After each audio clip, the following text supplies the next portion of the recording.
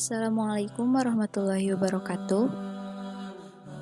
Ya, kita kembali lagi pada pembelajaran ilmu pengetahuan sosial. Hari ini kita akan belajar tentang negara-negara ASEAN. Nah, apa itu ASEAN?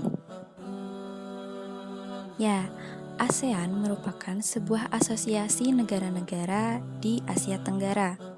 ASEAN itu adalah kepanjangan dari Association of Southeast Asian Nation.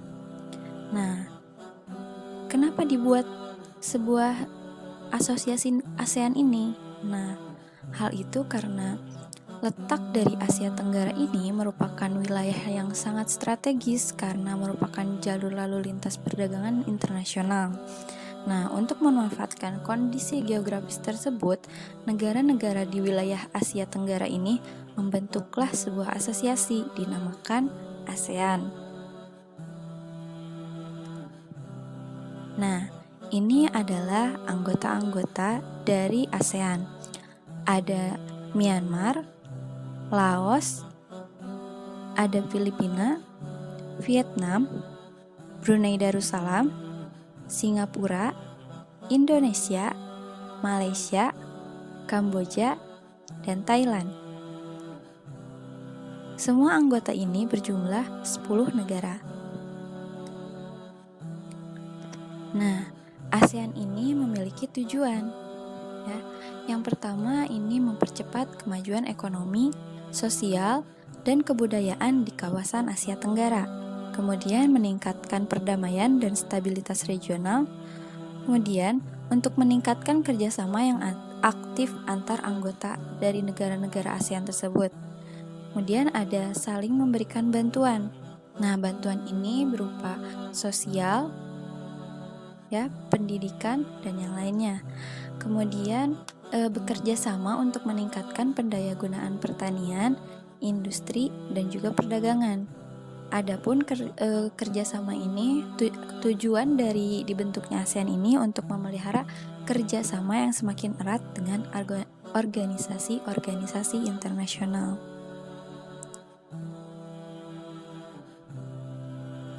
Nah, prinsip kerjasama dari ASEAN ini yang pertama ada menghormati kemerdekaan, kedaulatan, kesamaan, integritas wilayah nasional, serta identitas nasional dari setiap negara anggota. Kemudian tidak mencampuri urusan dalam negeri antar negara anggota. Setiap masalah di antara sesama anggota diselesaikan secara damai. Kemudian menolak menggunakan senjata atau kekuatan yang dapat menimbulkan peperangan. Hal ini dilakukan untuk menjaga perdamaian di antara anggota-anggota negara ASEAN ini. Nah, kemudian ada kerjasama ASEAN ini diharapkan efektif, rasional, dan bermanfaat. Manfaatnya itu bisa dirasakan oleh semua negara. Hal ini untuk mengembangkan taraf hidup dari setiap negara-negara ASEAN ini. Nah, pada pertemuan ini kita akan membahas anggota negara ASEAN, Indonesia, dan juga Malaysia. Nah, kemudian nanti pada pertemuan yang selanjutnya, pada pertemuan Zoom meeting, kita akan membahas negara-negara yang lainnya. Yang pertama, Indonesia. Indonesia secara astronomis terletak pada 6 derajat lintang utara sampai 11 derajat lintang selatan, dan antara 95 derajat bujur timur sampai 141 derajat bujur timur. Nah, wilayah Indonesia berada di antara Samudra Hindia dan juga Samudra Pasifik. Luas daratan Indonesia ini kurang lebih 1.922.570 km persegi dan luas perairannya kurang lebih 3 juta km persegi. Adapun batas-batas wilayah Indonesia antara lain, pertama itu ada di sebelah utara itu berbatasan dengan Malaysia, kemudian Singapura, Brunei Darussalam, dan juga Samudra Pasifik, ya. Kemudian sebelah barat itu berbatasan dengan Samudra Hindia. Sedangkan sebelah selatan berbatasan dengan Samudra Hindia. Kemudian sebelah timur itu berbatasan dengan Papua Nugini.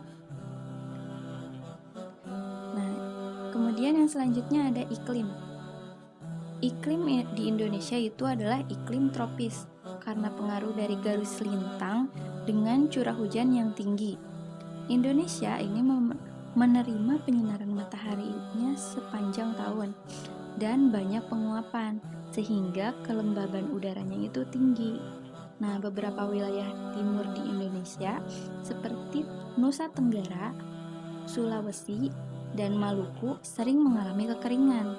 Hal ini disebabkan karena daerah tersebut merupakan daratan yang kecil, sehingga ketika kemarau cadangan air tanahnya itu hanya sedikit. Nah, akibat kurangnya infiltrasi ketika hujan, maka terjadilah kemarau ya. Sementara itu, beberapa wilayah di Indonesia masih mengalami turunnya hujan ya di saat musim kemarau, seperti di daerah pesisir barat Sumatera, kemudian Bengkulu, dan juga Jawa Barat ya. Kemudian ada keadaan alam. Nah, keadaan alam ini dibagi menjadi 4 kelompok besar. Yang pertama ada kelompok Sunda besar, ada kelompok Sunda kecil, ada kelompok Maluku, dan juga kelompok Papua. Nah, kelompok Sunda besar ini meliputi pulau-pulau besar seperti Sumatera, Jawa, Kalimantan, dan Sulawesi. Nah, sedangkan untuk kelompok Sunda kecil ini meliputi pulau-pulau kecil dari Bali hingga arah timur, ya. Kemudian untuk kelompok Maluku ini termasuk semua pulau di antara Papua dan juga Sulawesi.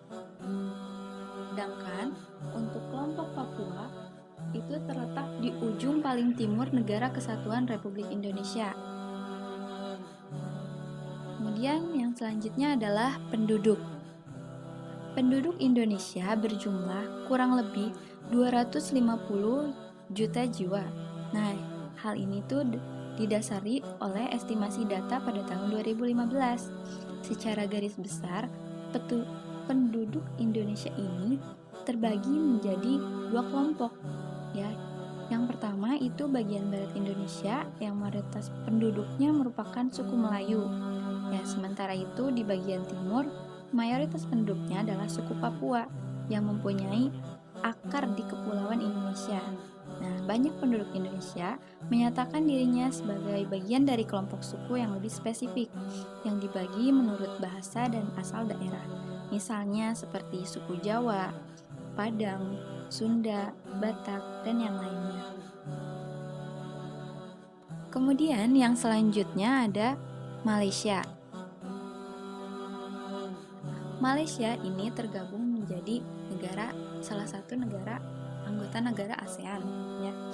Malaysia secara astronomis terletak pada 1 derajat lintang utara sampai 7 derajat lintang selatan dan antara 100 derajat bujur timur sampai 120 derajat bujur timur. Nah, wilayah Malaysia terbagi atas 2 kawasan. Kawasan di semenanjung Malaysia itu disebut dengan wilayah barat dan kawasan di Pulau Kalimantan disebut dengan wilayah timur. Kemudian Malaysia ini memiliki luas keseluruhan kurang lebih 332.000 km persegi. Nah, Malaysia Barat ini mencakup wilayah semenanjung Malaysia memiliki luas kurang lebih 131.000 km persegi dan terdiri atas 11 negara bagian yaitu Johor, Malaka, Negeri Sembilan, Selangor, Pahang, Trengganu, Kelantan, Perak, Kedah, Penang, dan Perlis. Nah, wilayah Malaysia Timur ini memiliki luas kurang lebih 200.000 km persegi. Berada satu daratan dengan wilayah Kalimantan bagian utara milik Indonesia. Wilayah Malaysia Timur ini terdiri atas negara bagian Sabah dan Sarawak. Nah, Malaysia ini juga sama memiliki iklim tropis seperti Indonesia. Malaysia merupakan negara beriklim tropis dan mendapatkan pengaruh angin muson timur ya. Angin muson timur dan juga barat daya. Oleh karena itu, Malaysia memiliki dua musim utama. Pengaruh presipitasi yang paling sering adalah angin muson timur laut yang berlangsung pada bulan November sampai Maret. Kemudian yang selanjutnya keadaan alam dari Malaysia ini. Nah, Malaysia Timur 80% itu didominasi oleh pegunungan dengan ketinggian 1.400 meter. Nah, rangkaian pegunungan utama yang membentang sejajar dengan garis pantai berada pada wilayah Sabah, yaitu Pegunungan Croker dengan puncak tertingginya adalah Puncak Kinabalu. Nah, Gunung Kinabalu merupakan gunung tertinggi di Malaysia. Kemudian penduduknya, jumlah penduduk Malaysia itu kurang lebih 30 juta jiwa, ya. Hal ini didasari oleh estimasi data pada tahun 2015 dan sebagian besar tinggal di Semenanjung Malaya. Kemudian untuk perekonomian dari Malaysia itu didapatkan dari sektor perkebunan, kemudian sektor pertambangan, dan juga sektor industri. Nah, untuk sektor perkebunan ini Malaysia dikenal dengan hasil agrikulturnya yang melimpah, sama seperti Indonesia, ya. Terutama dalam produksi karet dan minyak kelapa. Oleh karena itu, Malaysia merupakan salah satu negara pengekspor minyak sawit terbesar dalam perdagangan internasional. Kemudian untuk sektor pertambangan itu penemuan minyak bumi dan gas alam di Malaysia, ya. Kemudian untuk sektor industri itu terutama pada bidang elektronik, kemudian gas alam cair, kayu, serta produk olahan seperti karet dan juga tekstil. Untuk sistem pemerintahan di Malaysia, Malaysia ini merupakan sebuah negara kerajaan dengan ibu kota Kuala Lumpur. Nah, pada tanggal 31 Agustus 1957, Malaysia memperoleh kemerdekaan dari Kerajaan Inggris. Pemerintahan Malaysia berbentuk monarki konstitusional, yaitu kerajaan yang berdasarkan undang-undang. Kepala negara Malaysia adalah raja dan bergelar Yang di-Pertuan Agong. Adapun raja yang di-Pertuan Agong adalah hasil pemilihan dari salah satu di antara 9 raja di negara-negara bagian. Nah, itulah penjelasan tentang anggota negara ASEAN, yakni salah satunya Indonesia dan juga Malaysia. Untuk pertemuan selanjutnya, kita akan membahas tentang negara-negara lain dari anggota ASEAN. Nah, berikut ini ada tugas yang harus kalian kerjakan. Ada 3 soal. Kemudian ini tugas ini ditulis tangan, kemudian dikumpulkan pada link yang telah diberikan kemarin, ya. Jangan sampai salah untuk mengumpulkan link. Kemudian teliti kembali sebelum mengumpulkan. Sekian, ya, penyampaian materi hari ini. Mohon maaf apabila masih ada kekurangan. Wabillahi taufiq wal hidayah. Wassalamualaikum warahmatullahi wabarakatuh. Semangat!